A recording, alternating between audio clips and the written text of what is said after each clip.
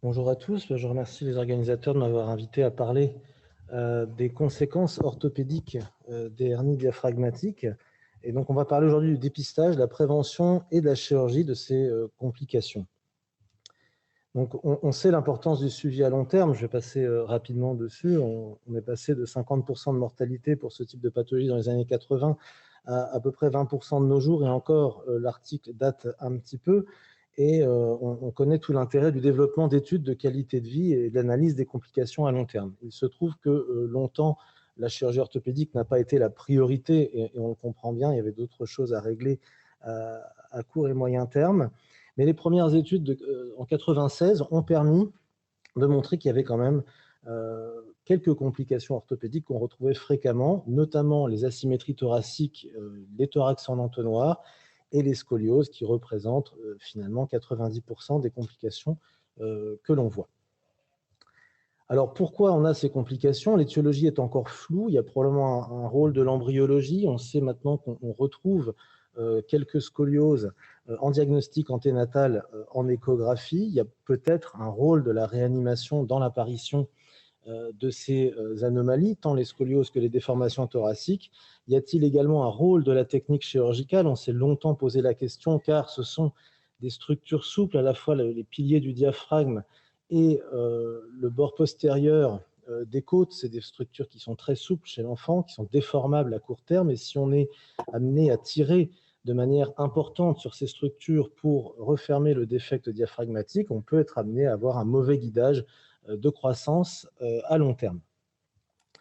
Donc, beaucoup d'articles sont sortis sur le suivi pneumologique, gastro-entérologique, nutritionnel, sur le développement, mais finalement assez peu d'articles dans la littérature qui traitaient des complications orthopédiques.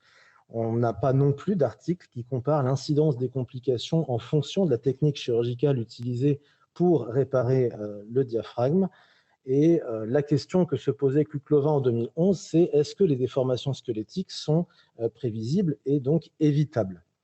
Il y avait 120 patients qui étaient inclus, et 53 patients, sur 53 patients, 47% avaient un pectus excavatum.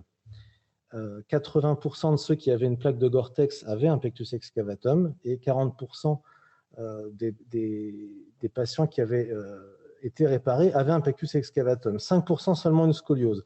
Donc, on n'avait pas de différence entre le Gore-Tex et la réparation primaire au niveau des paramètres oxologiques. Donc on s'est dit que probablement le Gore-Tex avait un rôle parce qu'on tirait de manière un peu excessive sur les structures et qu'on créait des déformations par rapport à une réparation primaire. Pour autant, le Gore-Tex reste une option valable, car on n'a pas non plus d'autres possibilités de fermer dans les grands défects.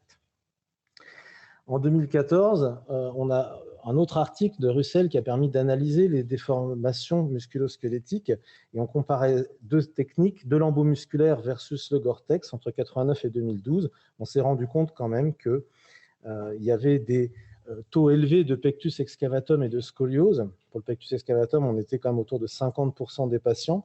Que l'on utilise la technique des lambeaux musculaires en réparation primaire ou des patchs de Gore-Tex. Donc en fait, la différence était statistiquement significative entre la chirurgie avec interposition de lambeaux ou de patchs de Gore-Tex versus une réparation simple. Mais il n'y avait pas de différence entre les deux techniques de réparation avec interposition.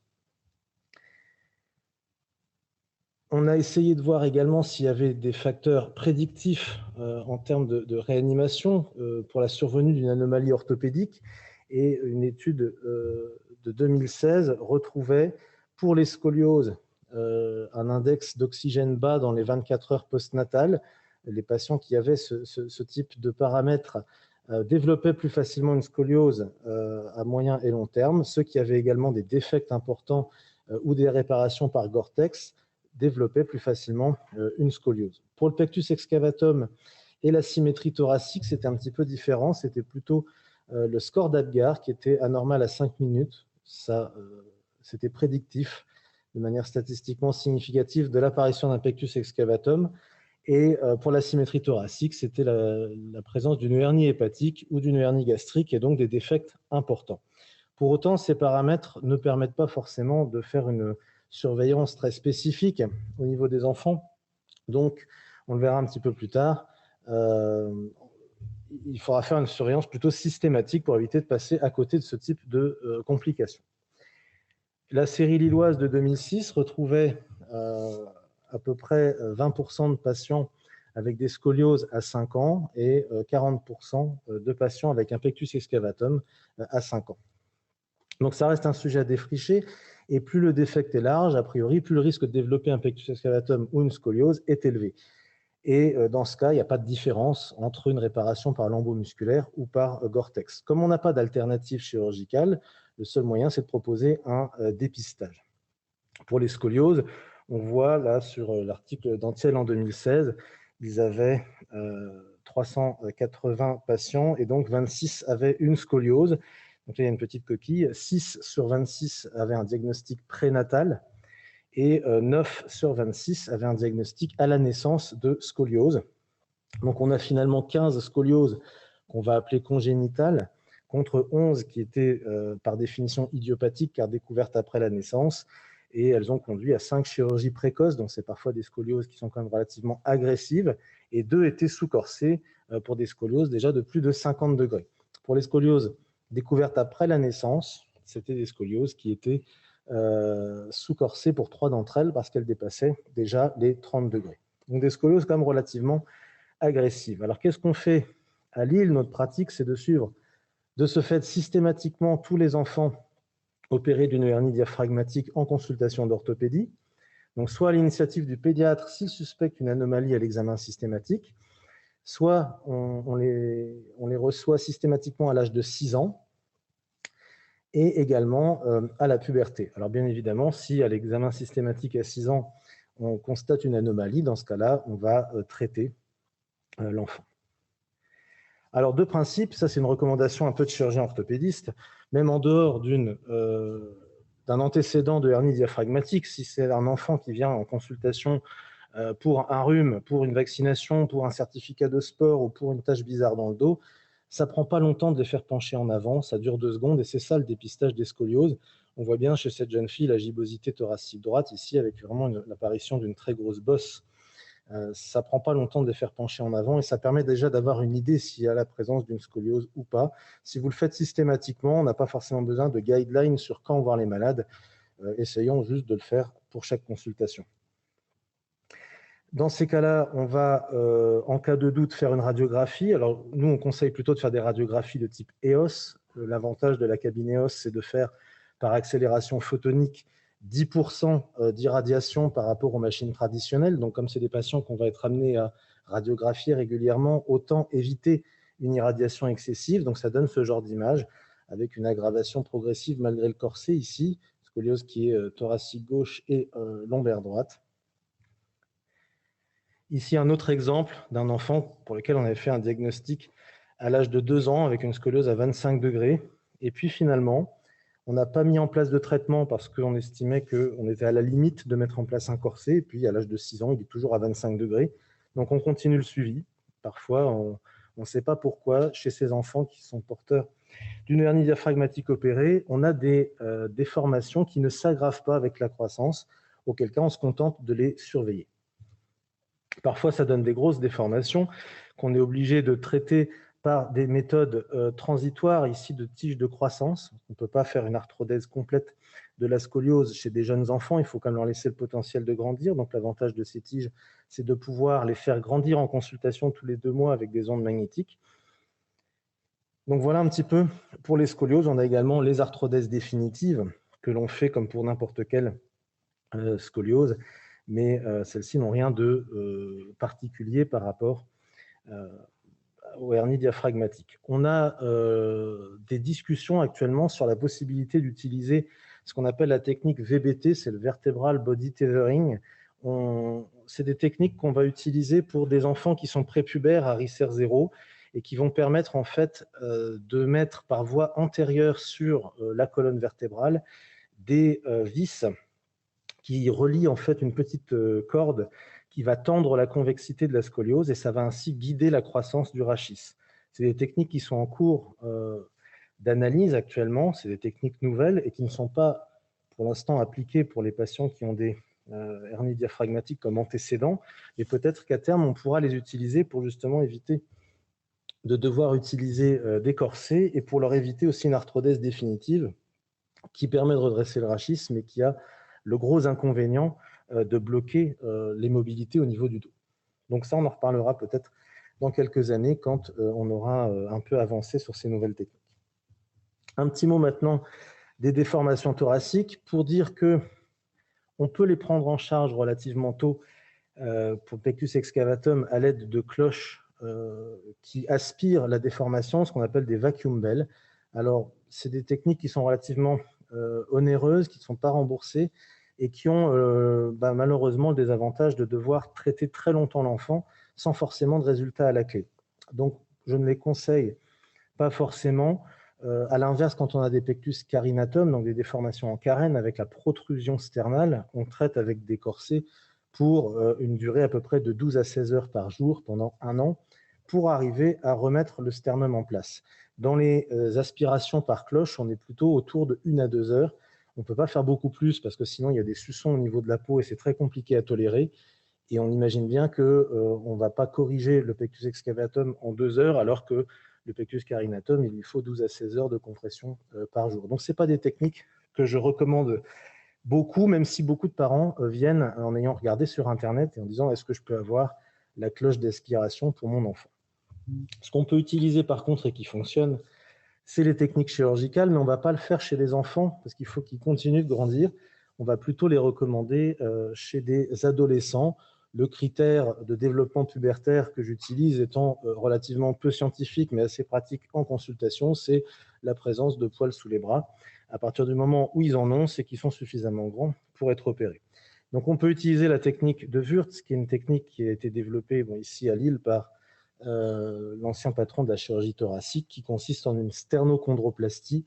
On va retirer les cartilages déformés en conservant l'enveloppe des cartilages et ainsi, une fois qu'on aura redressé le sternum, les cartilages vont repousser de manière droite dans leur enveloppe et voilà ce que ça peut donner. Sur des patients qui ont déjà des cicatrices, qui éventuellement sont un peu vilaines 15 ou 16 ans après la prise en charge initiale, on va pouvoir reprendre la chirurgie, retirer tous les petits cartilages et garder les enveloppes, faire l'ostéotomie sternale, mettre une petite plaque pour maintenir l'ostéotomie sternale, et puis ensuite refermer complètement. Donc on utilise la cicatrice de base, ça fait quelque chose de beaucoup plus fin avec un résultat esthétique qui est intéressant. On peut également utiliser des techniques beaucoup plus modernes, mini-invasives, comme la technique de Nuss. C'est la technique mini-invasive de réparation du pectus excavatum, donc on la connaît aussi sous le nom de MIRP, et celle-là par contre va utiliser la plasticité des cartilages. Plutôt que de les retirer, on va pousser dessus pour les déformer dans le bon sens et repousser le sternum en avant. Le problème étant que chez un enfant qui a déjà été opéré au niveau du thorax, on n'est jamais à l'abri d'avoir des adhérences intrathoraciques, donc ça peut être éventuellement un petit peu plus risqué. Au minimum, on va faire un scanner thoracique pour vérifier un petit peu la conformation du thorax, son empreinte essentiellement sur le cœur droit, et puis voir si on a des contre-indications pour passer cette barre en thoracoscopie. Donc ici, chez ce patient, on avait décidé de ne pas rajouter une cicatrice supplémentaire et on avait fait une technique de Nuss avec un résultat qui est très satisfaisant. L'intérêt de cette barre, c'est finalement de passer sur les côtes, sous le sternum et sur les côtes. Donc ça fait une flexion 3 points.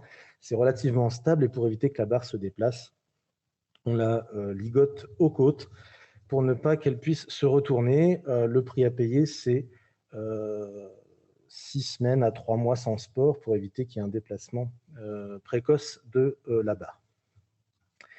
Donc voilà encore un autre exemple de déformation thoracique, ici sur une hernie diaphragmatique gauche avec au scanner une empreinte quand même très importante sur le cœur droit.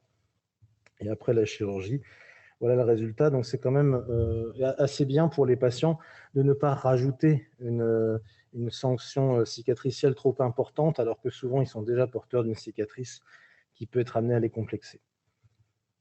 Ça, c'est un de mes patients qui était tout content de se remettre torse nu et qui m'avait une photo de ses vacances. Donc voilà, ça fait plaisir quand ils sont tout complexés puis qu'après ils arrivent à reprendre une vie normale. Donc ça, c'est quelque chose que vous ne voyez pas forcément parce que moi, je les vois plutôt quand ils ont 16-17 ans. Donc, c'est bien longtemps après votre prise en charge, mais ça fait plaisir de voir que c'est des patients qui vont bien, quoi.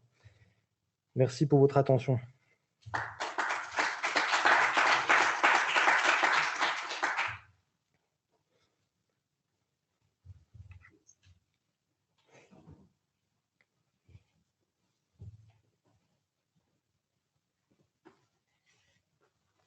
Merci beaucoup, très intéressant. Est-ce qu'il y a des questions dans la... Alors, il n'y a pas vraiment de questions. Il y a juste une remarque éventuellement par rapport à la... Il est probable que la forme de la plaque puisse jouer sur les complications orthopédiques. La forme... C'est possible, mais j'ai des difficultés à répondre pour deux raisons. La première, c'est que ce n'est pas moi qui mets les plaques, donc je n'ai pas forcément l'expertise de comment on les installe. Moi, je vois le produit fini qui est souvent très bien, mais avec une déformation thoracique ou une scoliose. Donc ça, peut-être le docteur Sharma qui est ici avec nous peut nous aider à répondre. La deuxième chose, c'est que je n'ai rien retrouvé dans la littérature. Oui. Il y a vraiment des articles sur les grandes lignes, soit réparation primaire, soit lambeau musculaire, soit plaque de Gore-Tex, mais la position et les détails techniques de positionnement de la plaque, j'ai rien retrouvé. C'est la forme et c'est surtout où on la fixe en fait. Hein. C'est surtout ça qui va jouer sur effectivement, comme tu dis, le guidage de développement après. Est-ce qu'on est plutôt sur les piliers du diaphragme, sur les côtes? C'est là où on s'installe. Et puis effectivement, la tension qu'on met sur cette plaque, est-ce qu'on la met relativement lâche ou est-ce qu'elle est vraiment tendue pour fermer le diaphragme? Ça dépend aussi de la taille du diaphragme, parce qu'effectivement, dans la génésie complète, on n'a pas du tout de berge diaphragmatique, ce qui fait que probablement avec la croissance, il y a une discrépance entre la taille de la plaque, même si elle a été mise en excès. Et puis, est-ce qu'il n'y a pas aussi une composante sur l'hypoplasie pulmonaire, ce qui fait que l'expansion thoracique fait que ce n'est pas la même chez un enfant normal qu'un enfant qui a eu une hernie diaphragmatique, non? C'est ce qu'on voyait dans un des papiers, en fait. Hein. C'est lié de toute façon, les formes sévères avec le fait d'avoir une plaque et le fait d'avoir le foie hernié ou l'estomac hernié et l'hypoplasie, le fait d'avoir une ECMO ou pas. Enfin voilà, ça tout est lié.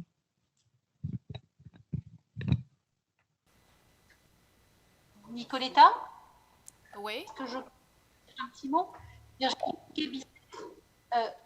pense que effectivement le lieu de la plaque est important. Je pense qu'on ne fait pas tous les mêmes choses. Désolée, mais on vous entend haché. Il faut que tu coupes ton micro. Pardon.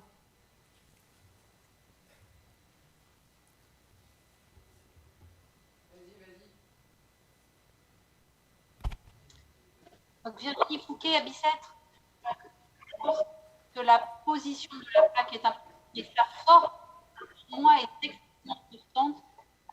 Il y a certains chirurgiens qui ne mettent que des plaques tendues, il y en a d'autres qui les mettent en coupole ou en dôme ou en... de l'écrire dans le compte rendu opératoire. Ça pourrait être une étude prospective ou en tout cas à regarder dans les 5 à 10 ans à venir pour savoir si ça modifie ou pas effectivement les complications orthopédiques.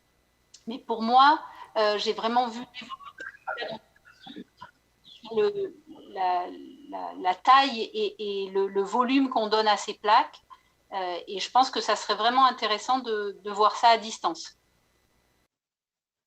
D'ailleurs, la base de données, c'est un outil qu'on peut utiliser parce qu'effectivement, on peut renseigner dans la base de données, dans la fiche d'intervention chirurgicale, quel type, comment elle était la plaque, la forme de la plaque. Et effectivement, ça va être très utile dans les études. Et je n'ai pas ce que je vais vous présenter tout de suite. Effectivement, il y a très peu de renseignements sur la forme de la plaque. C'est d'ailleurs pour ça que j'ai envoyé une fiche avec des questions.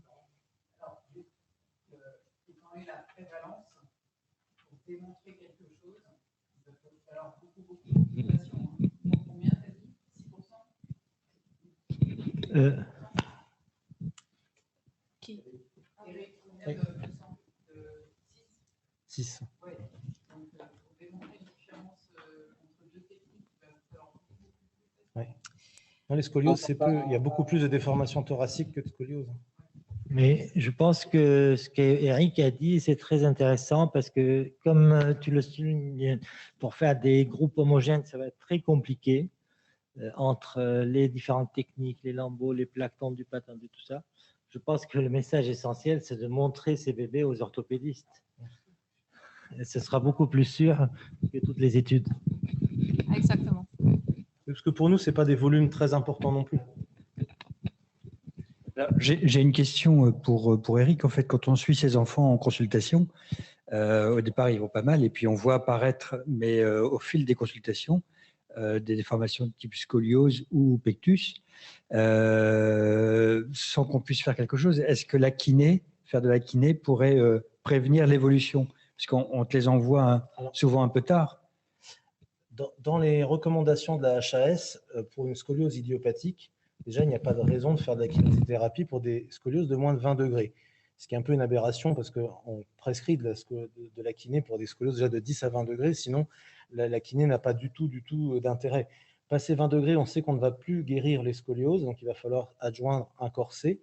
Et la kiné va avoir plutôt un effet psychologique. On va motiver le gamin à mettre son corset, on va lui faire des exercices de renforcement musculaire pour pas qu'il y ait trop de fonte musculaire. Voilà un peu le rôle de la kiné. Je ne suis pas certain que ça change énormément le pronostic final.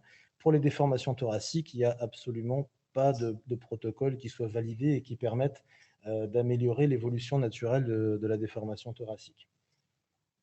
Et une activité sportive régulière dans un L'activité sportive ne peut être que bénéfique, mais il n'y a rien qui est prouvé. Alors, il y en a qui disent qu'il faut faire des exercices avec des expirations forcées, longues, typiquement la natation, le crawl, pour pouvoir justement pousser le sternum vers l'avant. Mais enfin, c'est quand même assez illusoire quand on voit vraiment la force qu'il faut mettre pour passer la barre. Je ne pense pas que c'est en respirant à fond dans la piscine qu'on puisse changer l'évolution naturelle de la maladie.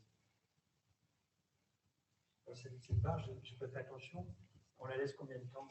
Alors, pour les sternocondroplasties type Wurtz, c'est plutôt autour de 9 à 12 mois. Et tant que les cartilages repoussent à l'intérieur de l'enveloppe. Oui. Et pour le NUS, c'est 3 ans. En pratique, moi, je fais plutôt 2 ans chez les adolescents. 3 ans, c'est plutôt chez les adultes. D'accord. Merci, Eric. Comme l'année dernière, j'ai le privilège de avoir la possibilité de regarder sur notre base de données et qui connaissait très bien, on a commencé à la renseigner, elle a été ouverte en 2009, ce qui m'a permis de faire une étude rétrospective sur 10 ans, entre 2010 et 2019, sur les récidives après une chirurgie de l'hernie diaphragmatique. Alors, l'idée, c'était d'étudier un peu l'épidémiologie, d'essayer d'étudier les facteurs de risque de la survenue de récidive et peut-être un peu comparer à la fin avec ce qu'il y a dans la littérature ou peut-être même de l'autre côté de l'Atlantique. Pardon. Alors, dans les inclusions, alors, nous avons 1246 cas sur 10 ans qui ont été renseignés dans la base de données. J'ai revu toutes les données chirurgicales et le suivi. J'ai été obligée de retirer 86 cas puisqu'il y avait des données manquantes à la fois sur les fiches de suivi et puis sur les données anténatales où quasiment il y avait la mère qui était renseignée et puis l'enfant, mais aucune donnée du tout dans 86 cas. Je me suis permis d'utiliser ces 944 cas pour le renseignement sur la chirurgie que vous allez voir sur le diapo suivant. Mais effectivement, il y a quand même 92 cas où on n'a pas de fiche de chirurgie, que ce soit sur les patients survivants ou opérés et décédés. J'ai exclu les décédés non opérés qui sont 210 de 1246 et on est à un pourcentage d'à peu près 17% qui est comparable avec la littérature, à peu près 84% aussi aux États-Unis sur un article des patients avec hernie qui arrivent à être opérés. Les voix d'abord sur les 944 opérés. Alors, j'ai exclu après ceux qui n'ont pas le suivi renseigné. On a la fiche de chirurgie, mais on n'a aucun suivi ni les premiers 6 mois après la chirurgie. Il y a 80,4% d'abord par laparotomie, avec la thoracoscopie qui est utilisée dans 13,3% des cas. Et comme vous voyez, nous avons à peu près un tiers, 226 de diagnostics postnataux et 632 de diagnostics anténataux. On est à peu près, comme dans la littérature, entre 75 et 80% des cas. Ah, je suis désolée, le transfert de la présentation a fait... on est à peu près aussi à 86% des côtés gauche et à droite 14%. Après, il y a eu aussi 8 cas opérés en laparoscopie. C'est vrai que c'est plutôt au début, dans les années 2010, avant 2015. Aujourd'hui, c'est plutôt privilégié la thoracoscopie. Et également, il y a la thoracotomie qui, dans 5,4% des cas, était utilisée comme technique de choix, non seulement sur les formes droites, mais aussi du côté gauche, mais également plus avant 2015. Et il y a eu aussi un cas de hernie bilatérale. Non, c'est pas l'hernie bilatérale qui est d'ailleurs survivant. Alors, après avoir fait les exclusions de patients qui n'ont pas eu les fiches renseignées à la fois sur le suivi et la chirurgie, il nous reste 858 patients opérés avec 143 décès. Et pareil, nous sommes à peu près dans le taux mondial des survivants. Bon, peut-être qu'on est un peu en dessous des États-Unis, comme disait le professeur Benaki. Mortalité globale qui finalement revient à 30% si on prend les patients non opérés. Il reste 715 opérés vivants avec un suivi complet et surtout ce qui est impressionnant, c'est dans les premières années après l'ouverture de la base de données qui ont un suivi complet. On est à peu près, vous voyez, à un petit peu moins de 30% et 154 cas, les dossiers sont quasi complets. Il y a beaucoup qui ont les 6 mois, 1 an qui sont renseignés, mais puis après. Je les ai inclus quand même parce que vous allez voir que les récidives, on a plus de 60% qui interviennent dans les premiers 6 mois après la naissance. Du coup, comme les 6 mois, ils étaient renseignés, j'ai quand même gardé ces dossiers, mais probablement que notre taux de récidive n'est pas le réel, vu que le suivi n'est pas complet. Et je vous avoue que c'est un peu difficile de rattraper en quelques mois des données depuis 2010. Comme vous, tout le monde est un peu pris avec leur boulot et surtout les dossiers de 2010-2011 sont des dossiers papier qu'il faut ressortir. Sous la chirurgie initiale, les gestes réalisés, vous voyez que effectivement la laparotomie, elle est réalisée dans 80,4% des cas, avec l'utilisation de plaques PTFE, parce que Gortez c'est une marque et en fait le produit et le matériel c'est du PTFE, utilisé dans 24,5% des cas, avec l'embomusculaire qui, voilà, en France, on est seulement à 2% des cas. Peut-être qu'il y a un petit peu plus dans les fiches chirurgicales qui n'ont pas été renseignées, mais c'est difficile à dire. La thoracoscopie, la chirurgie mini-invasive, elle est quand même augmente progressivement. Elle est utilisée dans 13,4% des cas, avec seulement 8 cas, moins de 1% de laparoscopie. C'est plutôt pour les formes tardives qu'elle est utilisée parce que vous savez que l'espace de travail n'est pas optimal en période néonatale ou même les premiers 6 mois de vie. Ce que j'ai voulu aussi vous faire savoir, c'est le délai entre la naissance et la chirurgie qui est assez utilisé dans la littérature quand on parle de récidives, surtout précoces.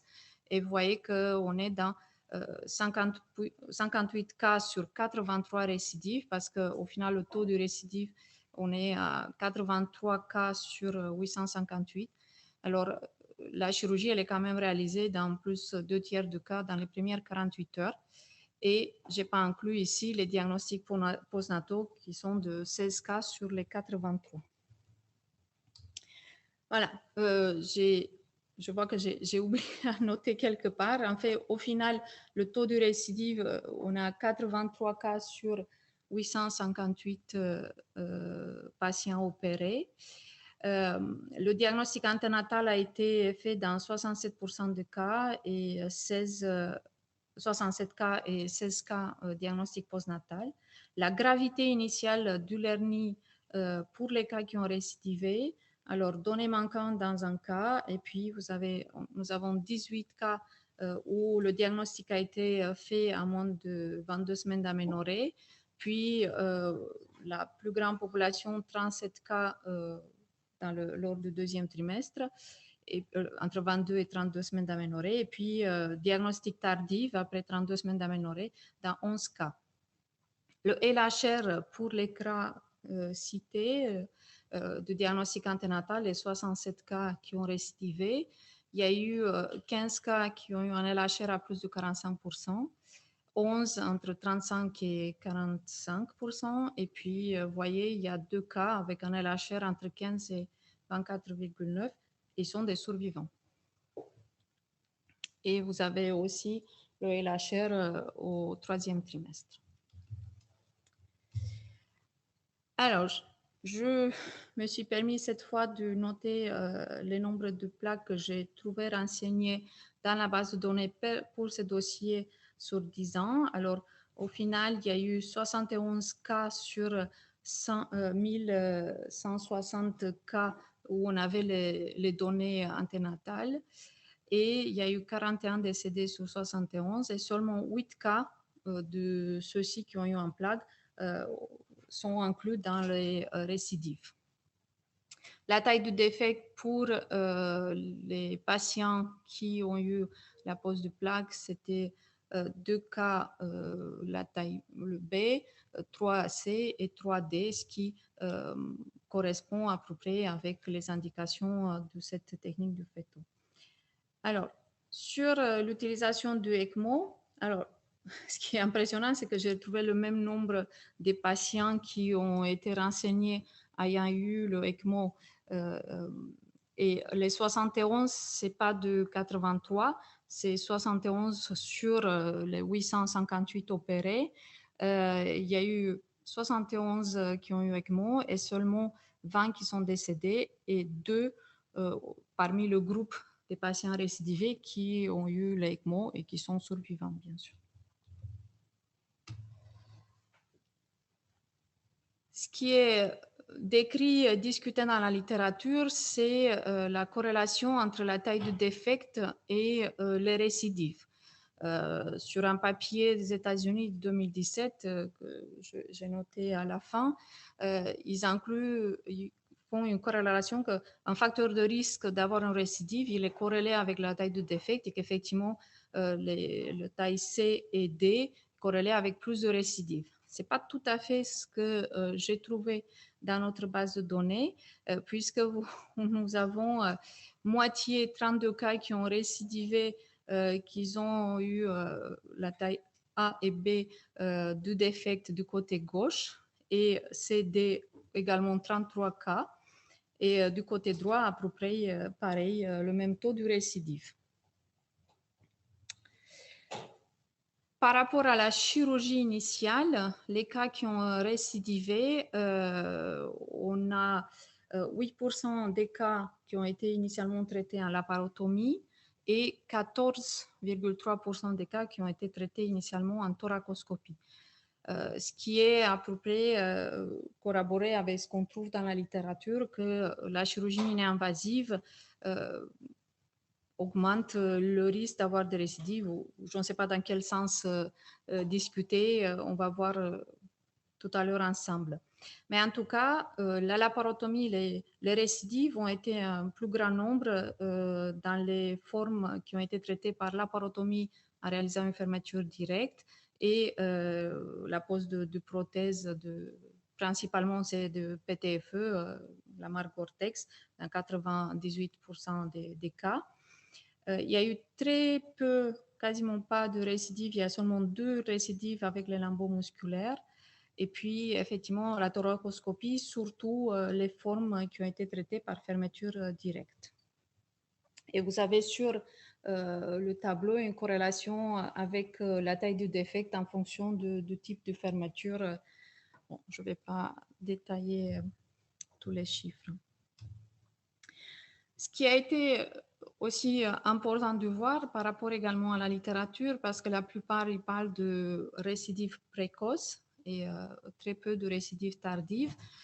Également, dans notre cohorte, on voit que 76% des récidives ont eu lieu avant l'âge de 1 an, avec quasiment 37%, 40% des récidives qui ont été situées avant l'âge de... qui ont eu lieu, pardon, avant l'âge de 3 mois, avec, vous voyez, 11 cas quand même avant 1 mois, presque avant la sortie de l'hôpital. Mais également, il y a 20% des récidives à plus de 12 mois, avec 5 cas à plus de 5 ans. Et cette base de données nous permet effectivement d'avoir une vision, et vous savez qu'on a les données jusqu'à l'âge de 7 ans, puis ça sera peut-être intéressant, ce qui devient à la puberté, à l'âge adulte, ces patients qui ont maintenant 11 ans, voir effectivement quel sera le taux de récidive, surtout pour ceux qui ont eu une plaque dans les formes type C et D. Alors, les gestes réalisés pour les interventions, là j'ai un peu envoyé une enquête à mes collègues et leur demander aussi de m'envoyer les comptes rendus opératoires. J'avoue que je n'ai pas fait assez tôt cet envoi et je comprends que ça a été un peu difficile de m'envoyer les comptes rendus opératoires. Mais en tout cas, il y a eu 4 cas qui ont récidivé 2 fois et 2 3 fois. Les reprises, surtout quand ils sont pour des patients qui ont récidivé à plus d'1 an, ont été privilégiées en chirurgie mini-invasive, en thoracoscopie. Surtout, je tiens à préciser parce que la laparoscopie peut nous offrir des surprises et surtout les adhérences des fois sont sous-estimées et il faut mieux aller en laparoscopie, pardon, en thoracoscopie, en thoracotomie. Il y a eu des gestes complémentaires, dans 5 cas en chirurgie anti-reflux, 2 gastrostomies, une cholestectomie, surtout c'était une récidive à plus de 5 ans, ce patient, et en même temps la libération des adhérences. Alors, je me suis un peu posé la question, au final, quelle est la différence entre la chirurgie en laparotomie fermeture primaire et en thoracoscopie? Pourquoi le taux de récidive en thoracoscopie il est plus important? Parce que pour moi, la chirurgie mini-invasive s'en tient au cœur et j'ai essayé de voir est-ce qu'il y a une différence entre notre manière d'opérer. J'ai demandé, j'ai envoyé à tous les centres et je remercie beaucoup à ceux qui m'ont répondu, la plupart, quasiment tous, et assez rapidement. Ma question, c'était, est-ce que lors de la fermeture primaire, vous utilisez du PledJet? Il y a seulement 3 sur 17 centres qui m'ont répondu. En thoracoscopie, quand il y a la fermeture primaire, est-ce que vous utilisez du PledJet? Initialement, il y a seulement 3 qui le font d'emblée. Quand on a besoin d'utiliser une plaque, est-ce que vous utilisez en même temps du PledJet? Effectivement, il y a seulement 2 qui ont répondu, mais parce qu'aussi l'utilisation aujourd'hui sur cette plaque PTFE qui est assez solide ne demande pas forcément l'utilisation des PledJet. Et puis, quelle est la forme de plaque que vous donnez? Et j'ai été quand même étonnée de voir que quand même 7 centres sur 17 utilisent quand même, ils préfèrent de donner cette forme plate ou un peu lâche à la plaque et pas forcément la forme de dône ou bonnet ou le chapeau chinois. Et oui, il y a une équipe qui privilégie le lambeau musculaire qui a dit on n'utilise jamais de plaque. Est-ce que lors de la récidive et fermeture par voie ouverte, utiliser du PledJet? Et effectivement, on voit qu'il y a eu 5 réponses par rapport aux 3 initialement et en thoracoscopie 2. Du coup, on peut rajouter un petit peu à ceux qui ont répondu initialement. C'est une discussion que je laisse ouverte parce que je n'ai pas vraiment de réponse et même la littérature n'arrive pas à nous dire pourquoi en thoracoscopie, nous avons plus de récidives qu'en chirurgie ouverte. En conclusion, on a quand même un taux de récidive qui est supérieur à celle rapportée dans la littérature et j'ai mis cet article de 2017 qui rassemble le groupe des États-Unis mais également de l'Angleterre, qui décrivent quand même un taux qui est à 2,3%, mais de récidive précoce, qui considère que la taille du défect et la chirurgie mini-invasive sont des facteurs du risque prédictif de la récidive, contrairement à notre cohorte où au final on est 50% des récidives pour les formes AB et 50% pour les formes CD. Le délai entre la naissance et la chirurgie initiale n'est pas significatif et le quiz c'est de la chirurgie mini-invasive. Pourquoi le taux de récidive est plus important, mais ce que la plupart de mes collègues m'ont répondu, en tout cas, pour les récidives, ils essaient de privilégier la chirurgie mini-invasive, surtout en thoracoscopie, parce que le terrain il est vierge et qu'on a moins de complications post-opératoires que si on retournait à laparotomie ou à laparoscopie. Je remercie à tous les centres participants et à vous de m'avoir écouté.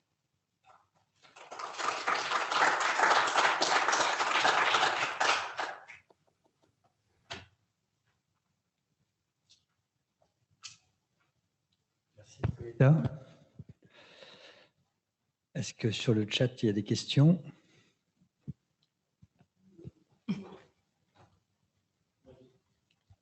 Ronnie Sphère a une question. Merci beaucoup, Nicoletta. On voit que cette base de données, il y a beaucoup de chiffres. Ce qui m'interpelle dans tes résultats, c'est qu'il y a autant de récidives dans les AB et CD, c'est ça? Et donc, c'est peut-être ça qui fausse, qui augmente artificiellement notre taux par rapport aux Américains. Et donc, s'il y a autant de récidives précoces par laparotomie, c'est la voie la plus enseignée et connue. Est-ce que ce n'est pas un problème de seniorisation du geste ou de gestes mal faits? Parce que c'est quand même beaucoup. Oui, j'ai été également étonnée. Parce que les Canadiens ont montré que la thoracoscopie donne plus de récidives. Et ils le disent, c'est parce que c'est plus difficile à fermer. Ils ne donnent pas de raison scientifique, mais ils préconisent de l'arrêter sur seulement ces arguments, des chiffres de récidive élevés. Mais je ne sais pas si tu vas trouver, je veux dire, l'explication de la récidive. Parce que c'est, Non, ma question c'était ça. Est-ce qu'effectivement en chirurgie ouverte, on utilise les play-jets, ce qui était le cas d'ailleurs. Moi, j'ai été étonnée quand on réalisait le groupe, on a fait le regroupement à Marseille. Moi, de mon côté, je n'avais jamais utilisé les play-jets, que ce soit en thoracoscopie ou en chirurgie ouverte. Et en arrivant à la Timone avec Dr Boumnova, j'ai découvert qu'effectivement, toute chirurgie ouverte, fermeture primaire, elle posait des play-jets. Et c'est vrai que depuis 2016 jusqu'à cette année où j'ai eu moi-même une récidive en thoracoscopie, je n'ai pas vu de récidive à Marseille. Mais vraisemblablement, ce n'est pas ce que tout le monde fait. Alors, il y a très peu de centres. Si on est 3 sur 29, c'est clair que, bon, je ne sais pas si ça change quelque chose. Est-ce qu'effectivement, le rapprochement, comment on met les fils, en fermeture directe, si c'est un peu trop rapproché, ça peut ischémier le muscle. Est-ce qu'effectivement, c'est une histoire de tension? Alors, il y a aussi une discordance un peu qui m'étonne des fois et je pense que c'est l'appréciation du défect et ce qui est décrit en fait dans la base de données. C'est parce que j'ai des fois des défects de type C ou D où c'est marqué laparotomie, c'est pas marqué ni utilisation de plaque ni lambeau musculaire. C'est clair que c'était pas possible de faire cette fermeture comme ça, mais est-ce que Parfois, même sur les types A, s'il y a une tension modérée, on peut se rendre compte plus facilement à la parotomie, où on s'est dit que c'est un petit défect et on fait quand même la fermeture primaire si on manque le risque. Je ne peux pas savoir. Je ne sais pas si quelqu'un d'autre a décidé. Est-ce que tu as regardé donc dans le papier, il n'y avait pas de lien, mais entre le timing de la chirurgie et le risque de récidive? Non. Et notamment en comparant ta série, la série nationale, Parce que à j'ai mis celle la des autres conclusion. séries. Attendez, j'ai mis la conclusion. Qui n'avait pas Ils disent la d'effet. timing. Non, non, le moment de la chirurgie. Non, en fait, ils parlent plutôt de la chirurgie avant, pendant et après ECMO. C'est pas. Oui, oui, ils n'utilisent pas le timing. Parce que j'ai l'impression que le timing de la chirurgie est relativement court en France. Il est beaucoup plus long dans certains pays. Oui. Est-ce que ça pourrait être une raison, une explication? Non, je ne peux pas. Parce que au plus on opère tôt, au plus c'est les enfants instables. Et si les enfants sont instables, peut-être que ça modifie le type de geste que vous pouvez faire. Ah, ou aussi la tension, la pression. Peut-être pas l'hémodynamique, mais plus la pression que vous pouvez avoir des anesthésistes et des néonates pour refermer plus vite, pour aller plus vite, parce que le bébé va bien. Attends, je passe là. Il y a quelques jours de retard. Donc, c'est pas, je pense pas. Non. Mais d'ailleurs, moi, j'ai été étonnée à Houston quand il y a eu la réunion l'année 2019. Non, c'était l'année dernière, au mois de février. C'est qu'effectivement, ils opèrent quand même assez rapidement, à 48 heures aussi. Mais la différence, c'est par rapport à l'ECMO. C'est là qu'eux, ils les gardent beaucoup plus sous ECMO. Et ils opèrent des fois, ils avaient montré même des cas à 96 jours qu'ils ont été opérés assez tardivement après l'ECMO parce qu'ils n'aiment pas trop opérer pendant l'ECMO. Mais effectivement, ils ont plus des ECMO. Vous avez vu que chez nous, quand même 71 cas sur 858, c'est pas beaucoup.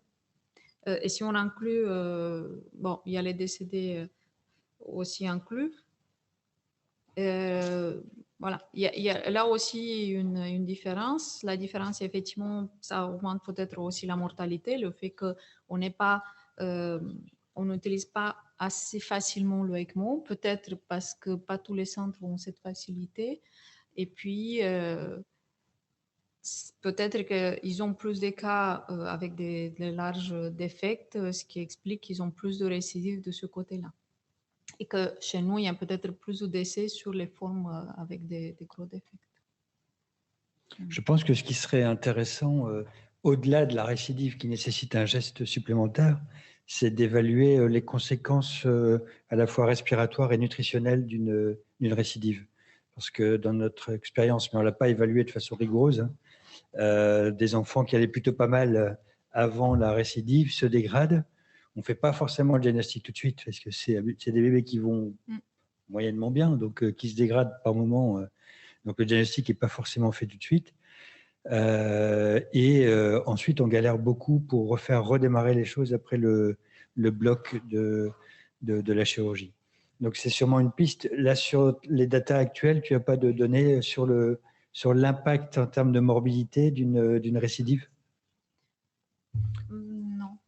Ça, il va falloir aller, je pense, dans chaque centre et discuter parce que ce n'est pas quelque chose qui est renseigné dans la base de données.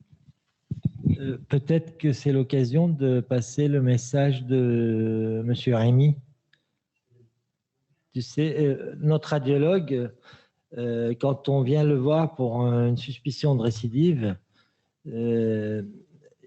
chaque fois, de voir les difficultés, parce que c'est pas évident de dire la plaque à lâcher ou les ascensionner, notamment quand on met des plaques souples et larges. Et le souhait des radiologues, c'est de faire au moins un face et profil du bébé avant la sortie, voire idéalement un scanner avant la sortie pour qu'ils puissent comparer et nous aider, parce qu'il y a quand même beaucoup de suspicions de récidive, on ne s'en sort pas même avec un scanner. Oui, donc effectivement, c'est un vrai challenge. Il y a un challenge diagnostique clinique devant un bébé qui s'aggrave ou qui va moyennement bien, d'évoquer le diagnostic. Et après, le diagnostic sur le scanner ou la radio n'est pas toujours facile. Donc tout ça fait prendre du retard d'un bébé qui sont déjà susceptibles à des troubles de l'oralité, des problèmes de croissance, des problèmes respiratoires. Et vraiment, il y aurait un intérêt à évaluer l'impact sur la morbidité de ces récidives.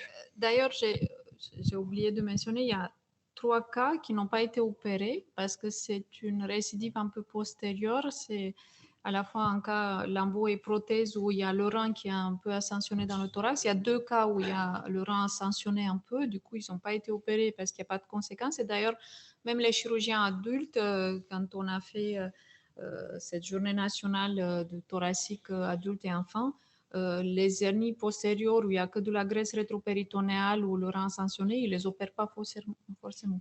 Voilà, alors dans les 83 cas, il y a 2 dans cette situation. Il y a un autre où c'est décrit comme une éventration et qui pour l'instant n'a pas été opéré.